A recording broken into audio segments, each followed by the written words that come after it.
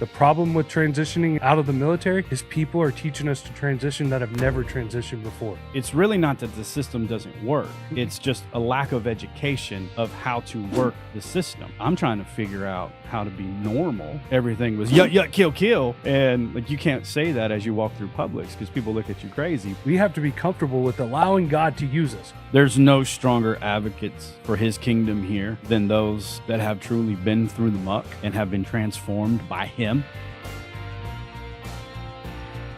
Welcome to the Will Podcast. I am Will. Our mission here is to discuss wisdom, inspiration, leadership, and legacy. And today I am honored to have Mr. Tyler with Operation Barnabas on the show today. It's a blessing. I've been waiting like 2 months to get you here. I'm glad you could finally make it. How you doing today? Doing well. Thanks for having me, Will. It's a blessing. Thank you for your time this morning.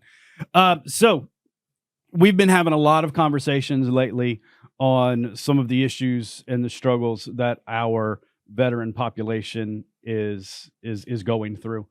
You specifically help veterans transition from homeless, underhomed, to get reestablished into society as a norm, as we would say.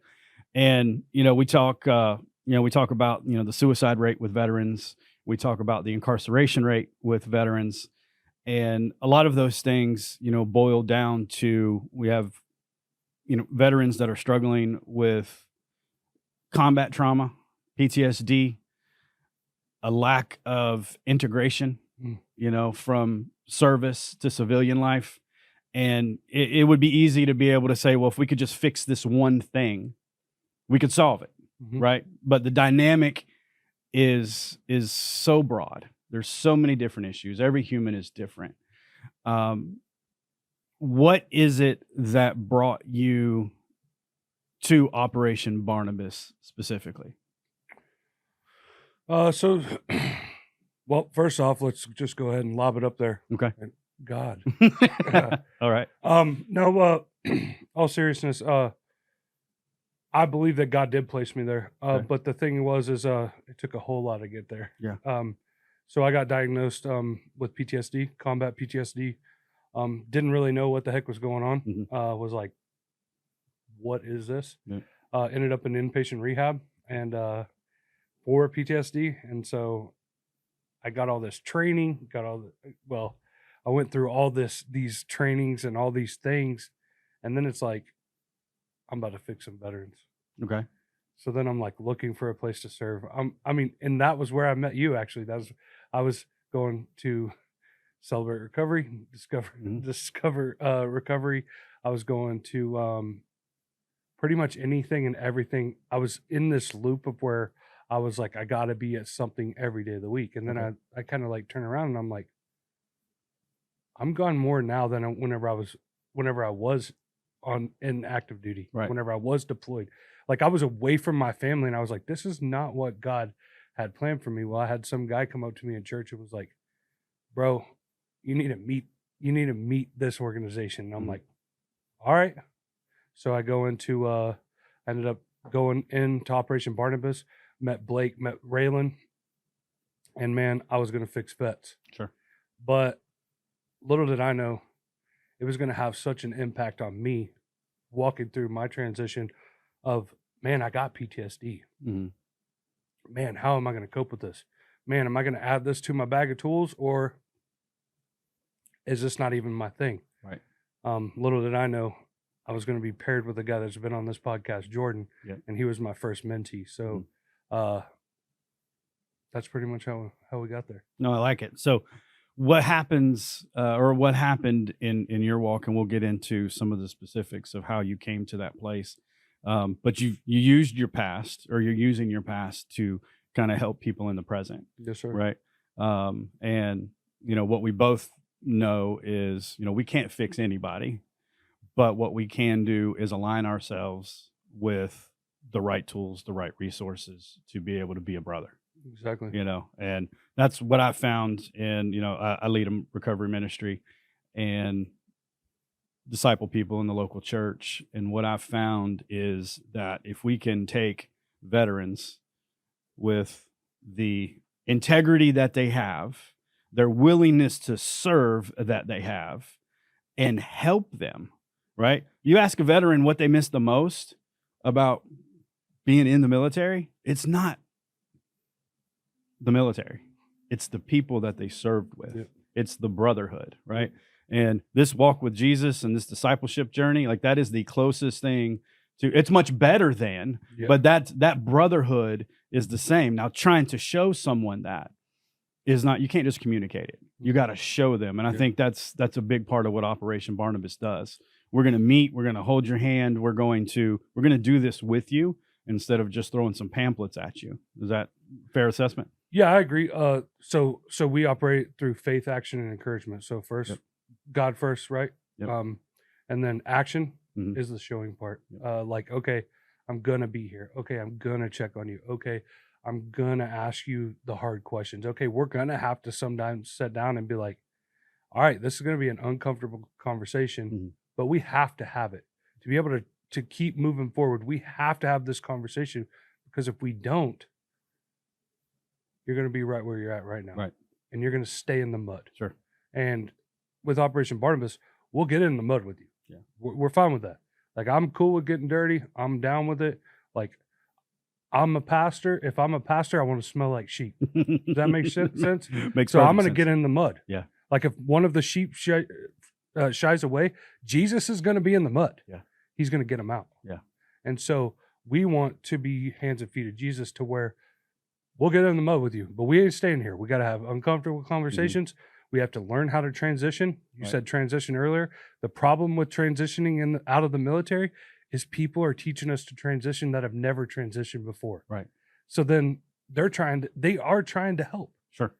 I don't believe that like guys in the Marines, Navy, Air Force, Army, Coast Guard are like, man, we're about to set this guy up for failure. Right. No, they want, but they don't know. Right. They've never transitioned out of the military. Right. So it's like, hey, this is what I've heard. Yep. Word of mouth type stuff. Well, dude, that doesn't work. Yeah.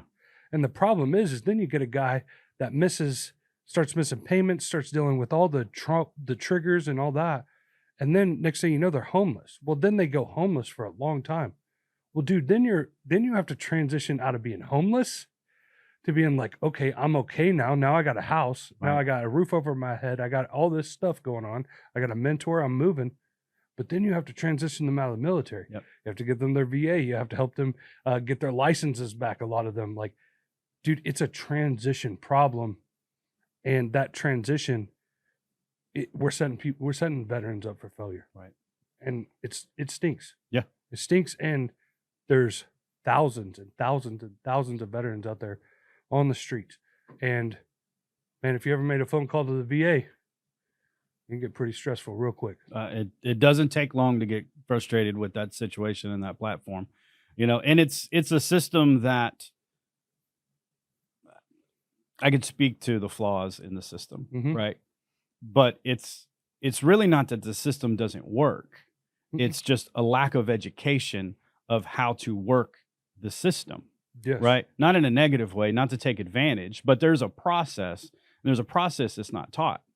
When you think of when, that 18, 19-year-old kid gets out of high school and decides to join the military, doesn't matter what branch of service that they're going into, there is a transition from being a child, a civilian child, to now a defender of freedom for the United States of America in a short amount of time.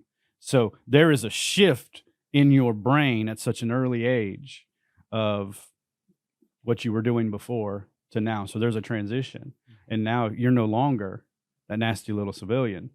Yeah, exactly. Yeah. As you're called repeatedly. Now you are, now you're an airman, you're a Marine, you're a sailor, you have a specific purpose, Mhm. and so you've went from no purpose, for lack of a better way to put it, to now you have a purpose. And whether you do 4 years, 8 years, 20 years, 25 years, when you get out, there's not that same level of transition, and not that you need to go back to being what you were before, but things are different. Yeah. Things are different when you get out, and you're, especially if you 4 years, 8 years, like there's a place in your brain that needs to be turned back on, because that high level of accountability, the where to be, when to be there, how do you do this? There's no more admin that's setting up your allotment to pay your car note, right? So all of these things that really much have been removed from you, right? Now you have a rent payment. Now you have a mortgage payment, right? You're not getting BAH anymore if you're married or whatever. You don't have a barracks to live in. Now you have all of these other things that you didn't think about for your time in service.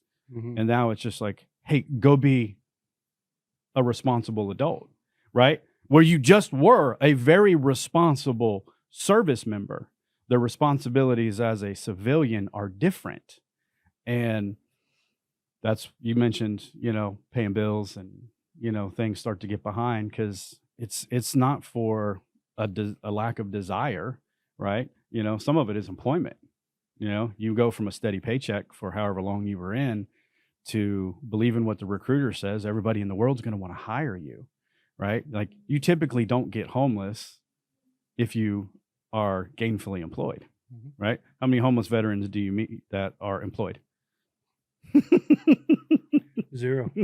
Right. Like, honestly. Yeah. Because that, and I think there's a place there, like, a lot of people are like, oh, well, they missed a car payment, and then they lost their car, and then they missed a house payment, and then they lost their job. Like, you can just see the attacks that they're taking on. And it's like, man, dude. Maybe this is a spiritual problem. It's like, how's your walk? How are you living? Have you prayed about it today? I remember whenever I was going through my struggle, like, I would have people tell me, like, oh, I'm praying for you, and I'm like, no, this is, like, serious. And now I catch myself, I'm like, because I know how faithful he is and how much he will step into a situation, and he can drastically about face someone's whole life. It's like literally an about face. And it's like, when that happens, you can just see this, like, you can just see this different person. And it's crazy. It's crazy. Well, and that's what you say. You talk about coming alongside a brother, right? There's a big difference between praying for and praying with, right? Praying for is separate, is distant, and God is God, and God is going to do what God is going to do. And I don't want to take anything away from that. But when we're looking at, like, coming alongside people to help them get from here to here, put in that accountability and being with them, praying with them is pivotal, right? Because then, like, you can feel that, you can sense that, it's like, no, this person actually cares, and this person has taken the time. Because I think that's what happens a lot. That's the way I felt, right? Like, I got out and I was different than everybody that I had known before. Everyone. And I had these experiences that nobody could relate to. 3 months after I got back from Afghanistan, I'm sitting in a college classroom over at what was FSCJ at the time. And, these 19-year-old kids, like, they had no idea. Right. And I'm glad they don't. Right. I'm super glad they don't. But my brain could not relate to sitting in a discussion group with children that are still sleeping in their mama's house, and like, I'm trying to figure out how to be normal, because everything was yuck, kill, right? And, like, you can't say that as you walk through Publix, because people look at you crazy. But where I had just came from, like, that was the motto, And so when you look at, like, what's the process, right? Obviously surrender. For sure. Right. Which is a hard word for veterans the hardest thing to grasp was that. Surrender. You want me to give up? Right. I can't give up. No. Right. But you already have, to a certain degree. Because you don't have any accountability. Right. You're isolated. You're not talking to anybody. Right. Because when we meet veterans, when do we meet them? Right. Usually at the low. At the low. Right. Rock Sheriff's showing up.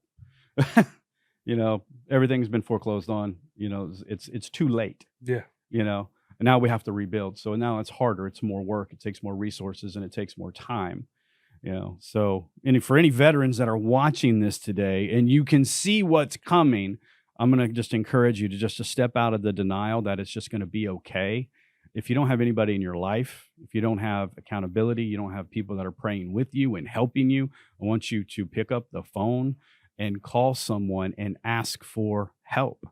And it's not weakness. If anything, it's strength, because we need our brothers to carry our pack when we can't, Yeah. right? Because a lot of us are injured mentally, physically, and we need help, and that's okay. And that's what we're for, right? We're part of a team.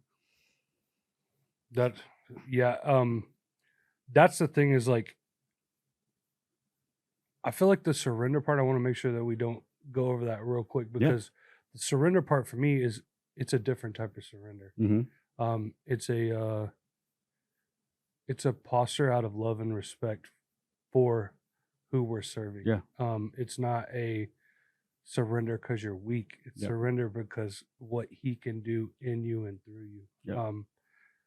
And once you can kind of grasp that, it's like, man, I've had this respect before. Like, I understand, but I can't grab a hold of it. Yeah. You know, and that I've had vets tell me, like, okay, I'll believe God's real if he moves that tree. And I'm like, bro, you're missing like right. Come on, let's lock in. Let's like really get in this word, and let's really navigate through this, because at the end of the day, I believe that one of the things that the military does well for us, and I could really relate with you at college, because I'm in college right now too. So I'm sitting with all these kids, and I'm going to Bible college. So it's like, and you're old now. Yeah. And you have all these kids that a lot of these kids have grown up in the church. Sure. Like, it's not.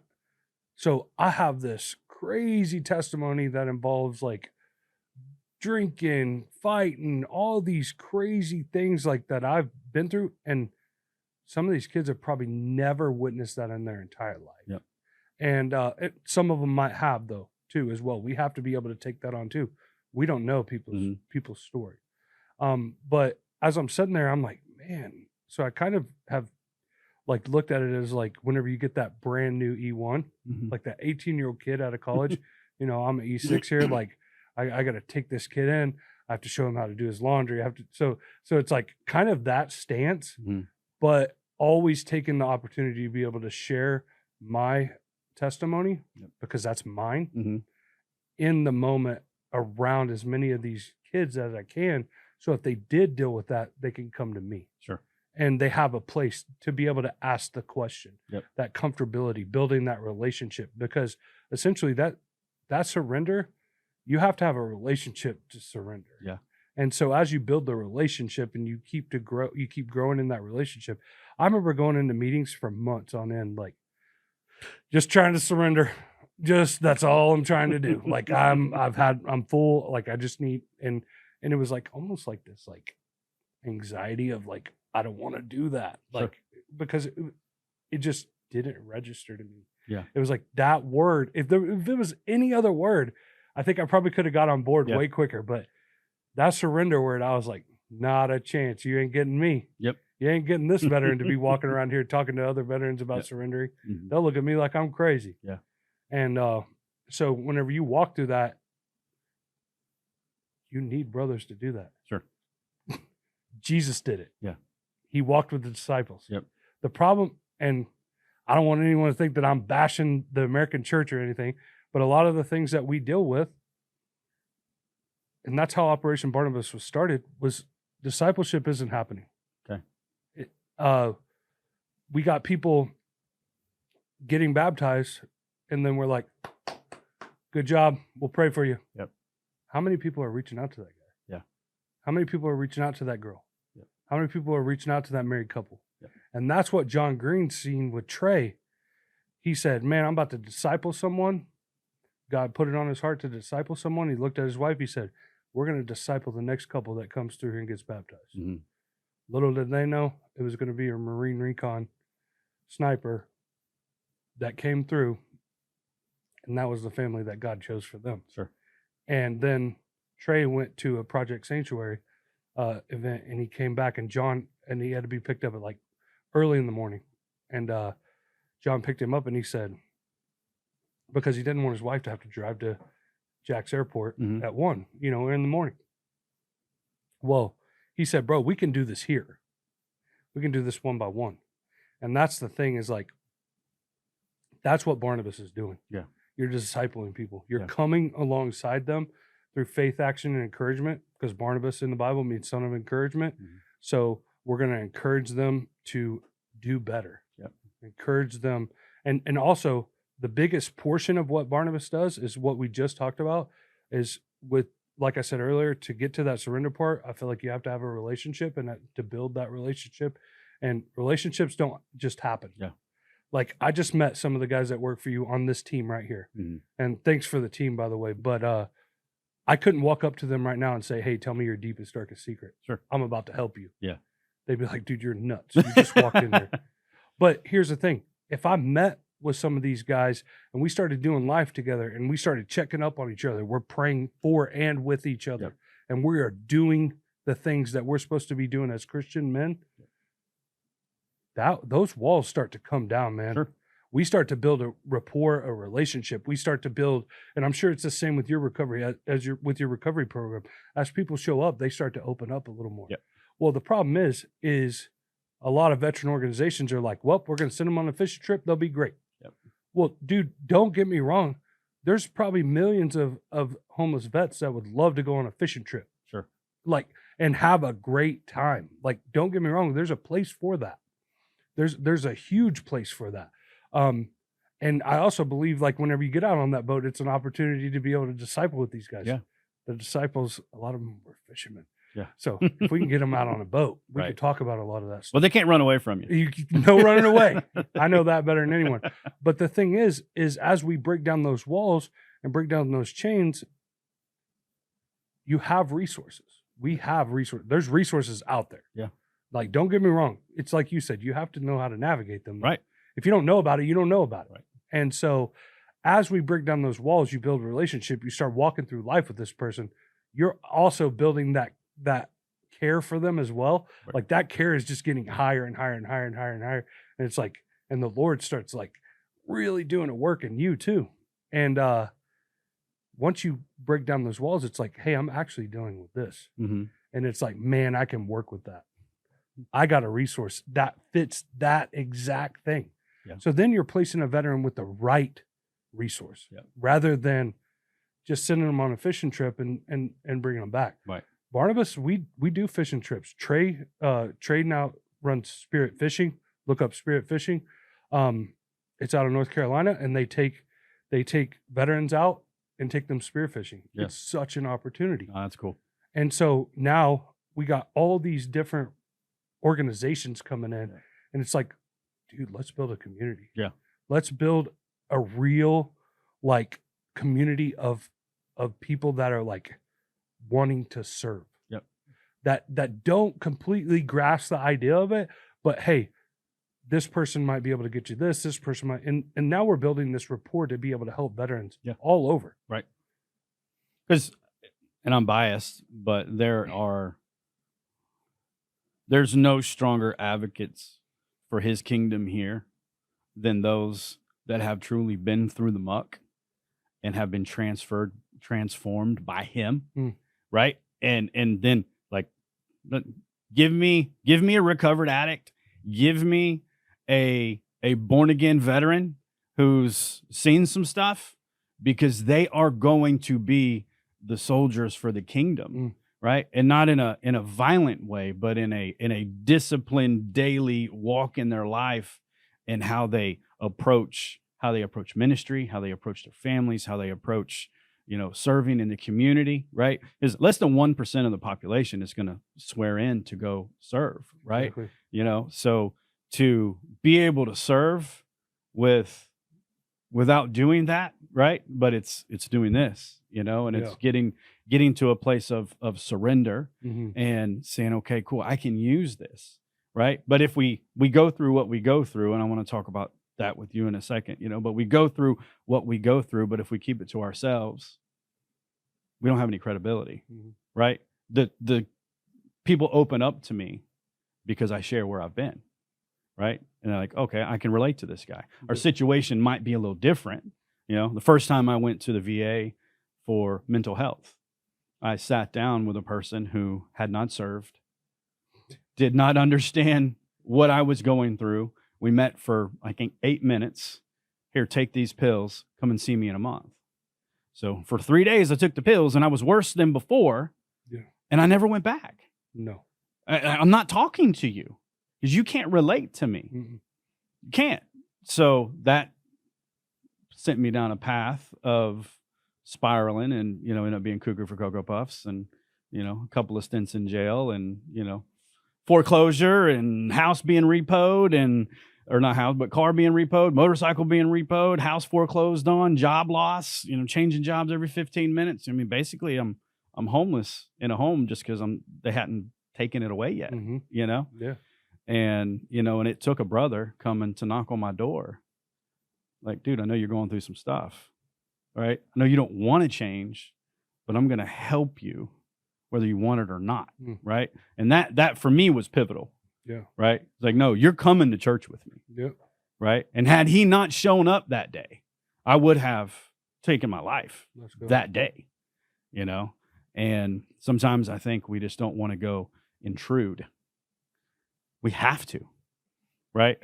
Right? We have to. Right? The gospel will disrupt lives for good. Oh yeah. And if he's put it on your heart to help his people, and he has for everybody, whether or not we want to believe it and step into it or not, right? You're going to start knocking on some doors, right? You're going to knock on doors where they don't want you to knock on the doors. But at the end of the day, I mean, I wanted nothing more than a friend, I think the mission-filled mindset is huge with us because we can, just when you hear the word mission as a veteran, I think you're like, oh, got a purpose. Let's go. Do it. Like, I hear it. So I think it really relates to all of us. But if you can get a veteran to be able to take on the fact of like, dude, your day-to-day life is a mission field. The Great Commission says go to all nations, right? Yeah. Well, we're in one of the nations. Yeah. We need to do it here too. Right. Like not only are you called to go and called to like serve and called to give, we have to treat this day-to-day place in this world, in the United States, where we're at right here in Jacksonville, Florida. This is a mission field. Yeah. My man prayed before this, and it just gave me a sense of peace over the room. Like, okay, man, and people need to hear that. Like, bro, that prayer fired me up. Yeah. Like, I'm ready to go. Yeah. And another thing you can do with veterans is, bro, you can get them to put on the armor of God. Absolutely. They can understand that. Yeah. I can understand, okay, I got to do that. I got to go to war. Yep. I got to get ready for this. But dude, there's a whole spiritual war going on out here that we have to be on the mission field and be ready to multiply Christians, to be able to be, because here's the thing. A lot of guys aren't going to listen to people that have just lived this like mysterious, great lifestyle. A lot of guys want to hear like, man, dude, God brought that guy from the mud and now look at him. Yep. He's using him. We have to be comfortable with allowing God to use us. Yep. No one wants to be used in this world. I don't want Will to use me. I don't want all these people to use me, because used has this like this overhanging like cloud over it. Like you're being used. Yeah, you're being taken advantage of. Exactly. Yeah. But God. Yeah. When God uses you, it's like, yeah, use me. Like, let's go. Mm-hmm. Let's go. Let's saddle up. Let's get up this morning. Let's get on mission. Do it. I heard our youth pastor tell our kids right before school started. He was like, "Do you understand the mission field that you're stepping into this year? Mm. Are you gonna approach it that way? Are you gonna approach this school as a mission field?" And bro, that's huge. That is huge, man. You got youth kids hearing this, and I'm like, I'm in the back like, let's go. Let's do it. Yep. Like, let's go, dude. Like, I'm ready. Yeah. And so I just look at that now, being a 38-year-old and like really my testimony, I can see that it was my whole life now, but where I've allowed God to use me and through that relationship and through that surrender, I'm like, man, dude, I missed out. Yeah. I missed some opportunities, Sure. But you can't fret on that. No. You can't. Yeah. This was his plan all the time. Right. And that's the problem, is a lot of us are playing checkers. He's playing chess. Yeah. And bro, if you know anything about chess and checkers, this is way different. It's Bro, I can go across the board. I can go up 2 over 1. I can go straight. I can go like, dude, God's going like he's all over the place. Yeah. We're like 1 cube at a time. Right. And so whenever he uses us, man, you never know. You might be able to move all the way across the board. Right. You don't know. So you're married? Yes, sir. Kids? Yes. How long? Man, you put me on the spot. We're not we've gonna been edit. together 18 years. Okay. Love my wife. She is a godsend, dude. Like when you hear my testimony, she had to live through that. Yeah. She didn't choose that. Yeah. She had to live through my trauma. Mhm.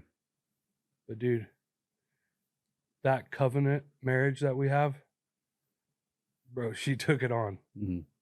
She wore that jacket. She's got 2 t-shirts. She's got a couple hats. And man, my wife, like, I wouldn't be able to do this life without her. Amen. Like, she is that helpmate.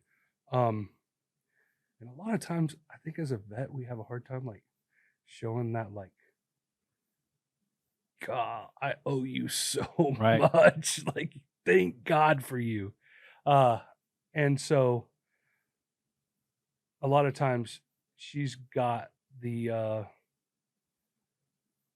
I got to choose where we went. I got to choose what we did. Like she followed me for a full military career. Yeah. She was at home taking care of the wife, taking care of the kids. So man, and her grace, bro, her grace is crazy. It's crazy. So I also got 3 kids. Yeah. So we had 1 kid when we joined 18. Well, he's 19, turns 20 in a month from today. Okay. So that's my son River, River Jordan. He's named after the Jordan River. I like it. And then I got 2 daughters. Okay. 14-year-old Jenna and 7-year-old Emma. And what's crazy is through this portion of my testimony, my kids have all been raised so I've been sober for 8 years this year. It'll be 8 years. Amen. And so my son, he lived in that lifestyle, that E1 to E6 lifestyle where partying, all that. Yeah. So it was really hard for him to understand like what God was doing in our life and what Jesus stepped in and drastically changed our life. Yeah. So he couldn't really take that on. Mm-hmm. My middle, she was 6. So I remember her whenever I first got sober. I was like 6 months sober. We walked through this store. We walked down the beer aisle. First time I'd walked down the beer aisle since I got sober. Mm-hmm. And she said, "Mom, I'm so proud of Daddy. He didn't even look at that beer." And I'm like, "Dang, bro." Because they're watching. They're watching. They're watching. And so, she was only 6, 7. Yeah. So, but 6, 7, that's picking up a lot. Yeah. But she knew what was in that aisle was bad for Daddy. Yes. And I don't want my kids knowing that. Right. Now, like I don't want them knowing that. Yeah. And so my 7-year-old man, dude, it's like all she knows is the church, Sure. the people we've been like positive people in her life. Like, and the world's just kind of starting to like creep in a little bit. Like we're seeing some stuff kind of creep in because they go to public school. They, there's things that it's going to happen, but it's just different to be able to look at all of them through those phases. Yeah. And to be able to be afforded at 38 years old to be retired. Yeah. It's like, man, I don't got to go out and get like this crazy job where I make all this money because, dude, I've spent so much time away from them. Yeah. My wife's raised them. Sure. And so now you got an opportunity to be present. Huge opportunity. But what are we going to do with that? Because I can tell you right now, it's real easy for me as a veteran to stay super busy. Sure. At all times. Yeah. Oh, absolutely. Because me and my wife were talking about that the other day, right? I function well busy. Yes. Right. And in environments where like it's a control thing, right? Right. With the PTSD and all of that other stuff, if I am in control, I am safe. Yeah. Right. So in an environment where it's like, okay, here's the problem, here's the solution. Here's the problem, here's the solution. Keep moving forward. Da da da da da da da. In situations in my home, right? My wife does not need me to be the problem solver. What she needs me to be is the provider, the protector, and the priest. Right? Yes. That's what she needs, Yeah. and that's difficult. That's hard. Yeah. You know, because it's so easy for me to be busy, just Mhm. like you said, and that's actually it's wonderful that you said that. So I was reading this morning from Romans chapter 5, and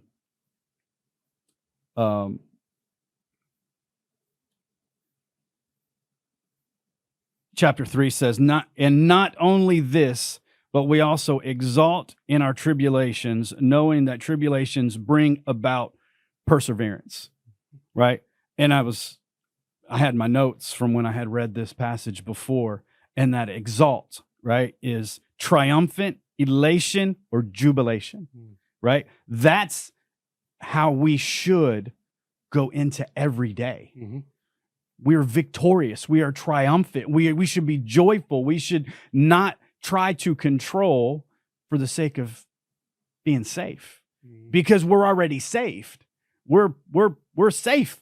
We're as safe as we'll ever be, and allowing him to move in our lives so we can be that person, so we can be that priest, protector, provider. And that provider is not money, right? And part of it is financially, right? But the other part is like the emotional needs, right? And if we do it so well for the veterans, sometimes it's hard to take it home.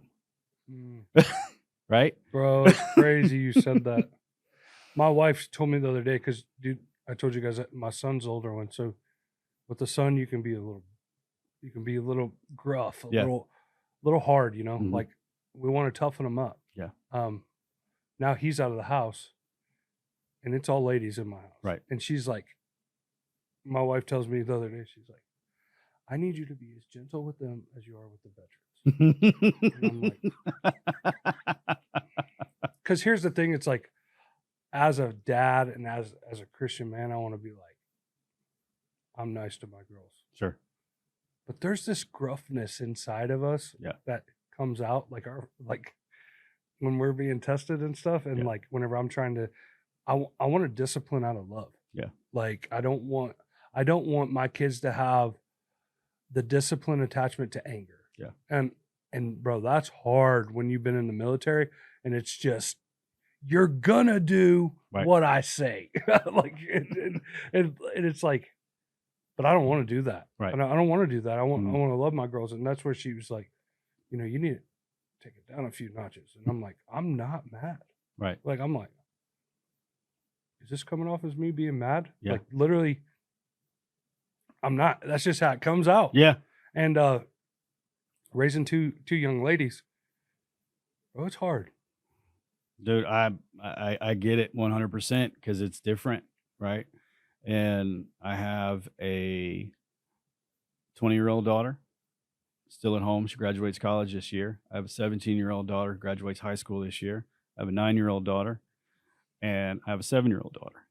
And God put all of these women in my life to soften me. Mm-hmm. And I need an extra class on softening, because it's the same way, right? Extra downy. You know, because, you know, when we look at what we do for veterans and for, you know, new believers, and right, we're much softer, right? So yeah, I think our wives are smart and we should listen to them, right? God gave us them to help us. Right. I'm like, dude, sometimes I don't want the help, but dude, like, to be honest with you, 9 times out of 10, I should probably take that help. Like, don't want it, but need it. Yes. Right. Don't want it, but need it, you know, and, you know, just like we need, you know, we don't need isolation, right? Oh, dude. But to go into times of solitude, right? Jesus did it. Oh, for sure. You know, and it's important for everyone to take that time of solitude to rest, recharge, to be able to get back in the mission, you know. And, you know, the paraphrase, you know, like, basically take full advantage of today, right? And protect yourself, to guard yourself, right? Because the days are evil, right?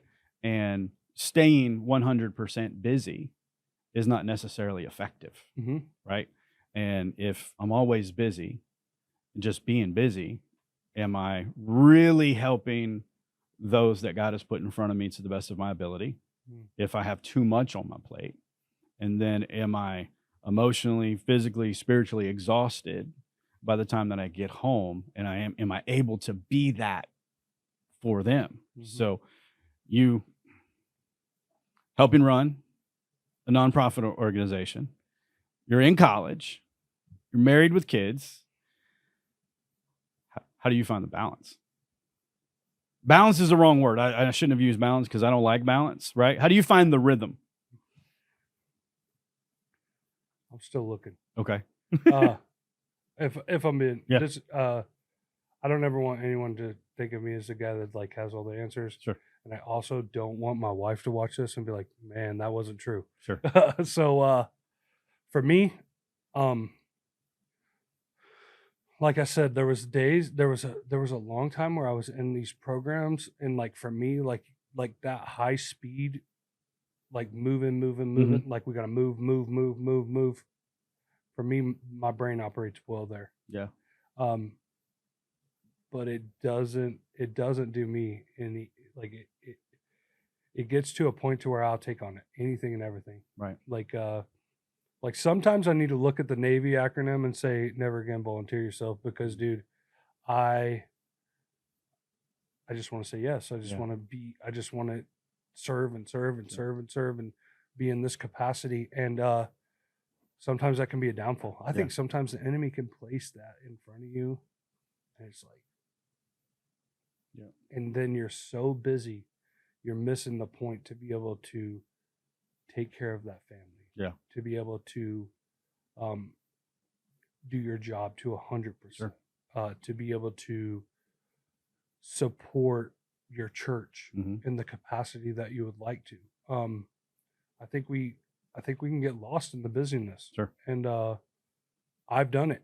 It's happened, and I've seen it. And it's not like this scary thing, but dude, you get burned out. Sure. And when you get burned out, man, it's a stop, do not pass go, and do not collect $200. Yep. It's a when God tells you like, hey, that's enough, bro, you're stopping. Yeah. And it gets rough. It can get rough. So for me, isolation's always been a thing. Yeah. Through this PTSD thing. But it's one of the biggest problems that we have in America. It's not just a veteran thing. Right. Now it's crossed over to our kids. Yep. Because here's the thing. Let's get real truthful. These video games, bro, you're isolating in that. Yeah. You are isolating into that game because, dude, I'm telling you right now, I can walk in a room and talk to someone that's gaming. They don't hear a thing. Hear you. They're in that. Yeah. And it's a form of isolation, in my opinion. And a lot of us are doing that. Yep. Like isolation has a couple different hats, and it used to be like, okay, you're just staying away from people. Well, now we can isolate on our phone. Yep. Dude, we have the world at our fingertips Yep. on our phones. And you can isolate in that. And dude, I've been known Sure. to just scroll like hours on end, just Not even trying realize to it. like Yeah. trying to like shut down, you know. So I haven't figured out the rhythm. And I think the biggest part for me is like the search for a purpose. Almost got like addicted to like searching for that purpose. Yeah. And it's like sometimes you just got to set back, and I hate to quote Carrie Underwood on here, but like let Jesus take the wheel. Sure. We'll forgive you. Okay. No, I think you're right. You know, one of the things, like, we have to get it right.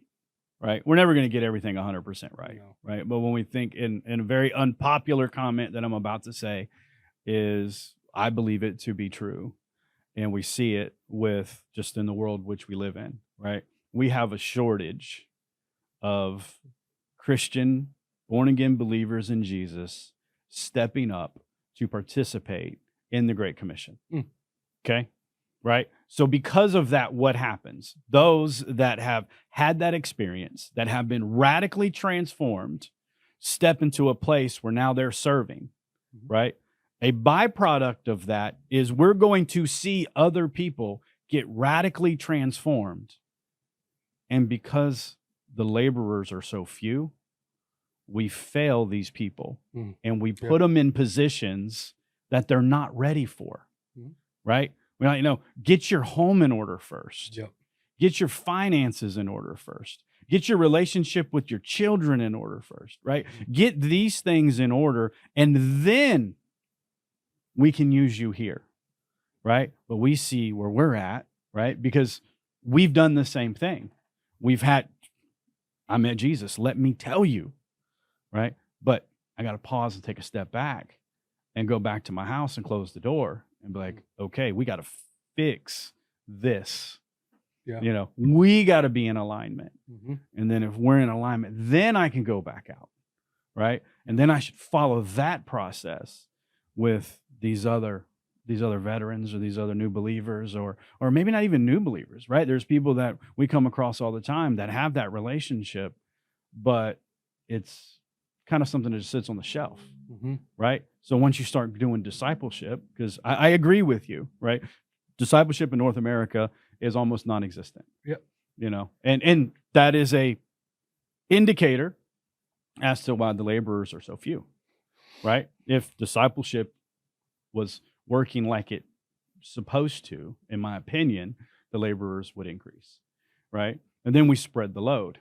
So then you don't have a guy like Tyler, or a guy like Raylan, or a guy like Jordan, a guy like James feeling like they have to carry 50 men on their back to get them to a place of wellness, right, on their own. Because no, we're making disciples that are making disciples. I don't want to make broken people that are now just a little less broken to go, you know what I mean? Because that's harmful. It is. It is, because you can place those, because here's the thing, you're going to place other people. That's the thing with what we do, is you're placing broken people in the hands of another person. Right. A lot of these people have been hurt by people. A lot of these people have burned every bridge, and this is the only bridge that they got to cross. And so if that person burns them, that could have been the last shot. That could have been the last. And that's what's different about what we do, is you get one person. Well, that's why we do the mentorship training. We do the you have to have your Firewatch certification. And then we go through step by step, like lessons learned, just things that you could deal with. Because here's the last thing that I want. I don't want a mentor volunteering, and then they get a mentee or a veteran assigned to them, and then they just disappear, pull chocks and roll. It's like, dude, that was the last opportunity. And here's the thing, God will provide another opportunity, but it's like, dude, there was so much that could have been done here. Right. Like, and so that's why it's like making sure that we're replacing the right person with the right veteran. Like we're bringing these guys and girls in, and we're able to walk through, like, okay, are you ready for this? And that question has to be asked. Like, are you ready for this? Because we're about to hand you the keys to the car, but can you drive it? Do you have a license? Does that make sense? No, it makes perfectly good sense. So talk for a minute about that mentor-mentee process. All right. So with Operation Barnabas, you can just go to operationbarnabas.com. It says need help or get help up top. Super simple. So our whole outlook was anytime a veteran goes to ask for help, you got to fill out pages and pages of stuff. It's hard, like you're jumping through hoops to get help, and you're already in a broken place. Right. So it's very easy. We go through those through grading criteria. If they have kids, that gives them a point. If they don't have kids, and then we rank these guys and girls out, and then as we have mentors come in, we're able to apply mentors. Well, the thing is the huge thing that we talked about earlier was the relationship. Well, every Tuesday night we meet at First Baptist Church, Orange Park, and it's a community connections meeting, and that's where the relationships are built. That's where we find out which mentors are like in, and that we can like use and be able to give a mentee. Yep. But the thing is like if you can't come to a Tuesday night meeting and you can't be there to build that relationship, this doesn't really work. Right. So we do the Tuesday night meetings. It's just a check-in. It's kind of like for the week, every week, like, hey, what's your highs and lows? Some guys that run because we break into small groups, just kind of like a small church, if you think about it. Sure. The whole idea is we get people to come in 40 people. I wasn't comfortable going around 40 people whenever I was in my isolation phase. Yeah. I wasn't like, that wasn't happening. No, it's way too noisy. Not me. And so if we can get them to start coming to a group, like we said earlier, the thing that we miss the most is the people. Yeah. Around a bunch of guys and girls that have the same camaraderie, you're remaking that camaraderie of like your platoon or your shop or whatever they call it in another branch. You're building this community to where you walk into that room and you can just see people just start clowning on each other. Yeah. And it starts opening up. Well, that opens a comfortability of like, man, I know this. Like I've felt this before. Right. And so then you're able to step into this place, and then you're at a place where there's no judgment once you break off into the smaller groups. And there's no judgment cast. You know that it's not going to leave that room. It's like, okay, I can share everything right here. Right. And just get it out. Yeah. To be able to communicate something, I feel like it opens some doors kind of, or like breaks some chains. There's a release with it. Yes. It's like, okay, I can breathe. Yeah. I can breathe. Absolutely. And then, so the whole idea of that is if we can get them to come to Tuesday night meetings, that's a community. Yep. That's something in your tool belt that you can use. Yep. Well, what if we can also get them in a church? Yeah. What if we can also get them to a Discover Recovery? What if we can also get them to go to a veteran claim sermon in the morning on Wednesdays? What if we can get them to go to just any event on the weekend? Yep. So, dude, you're putting these communities, and that's the thing, is you're putting godly men and women communities around these guys. Yeah. So, dude, it's like, okay, if I call this guy, he doesn't answer, I can call this guy.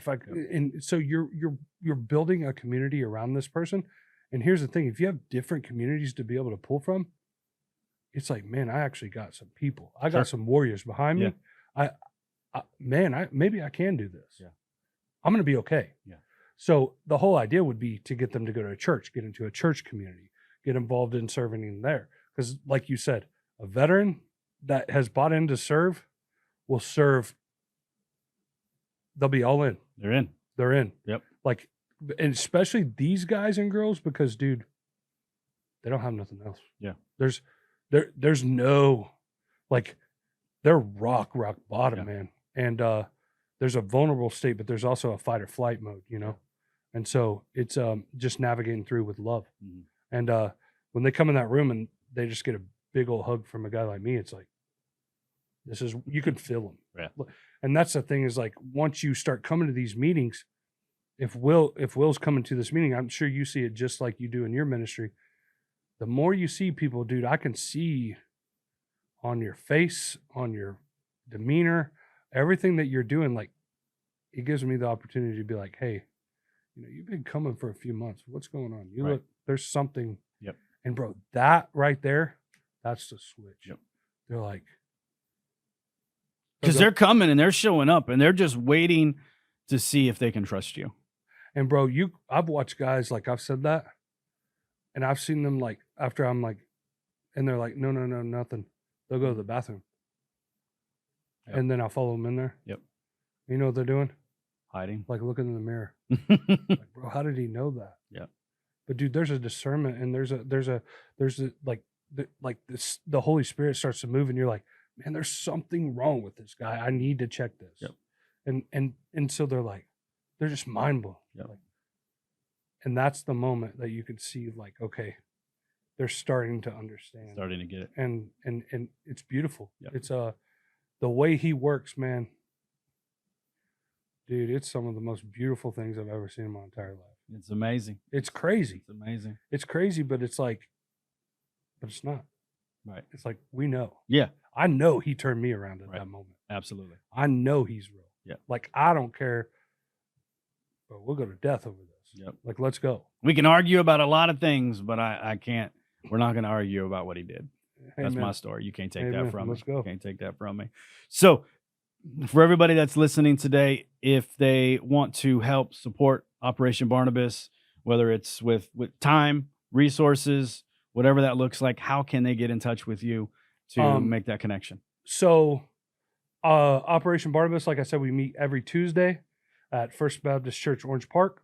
It's off Kingsley in Clay County, Orange Park area. The address is 1140 Kingsley Avenue. They can do that. They can go to the website, www.operationbarnabas.com.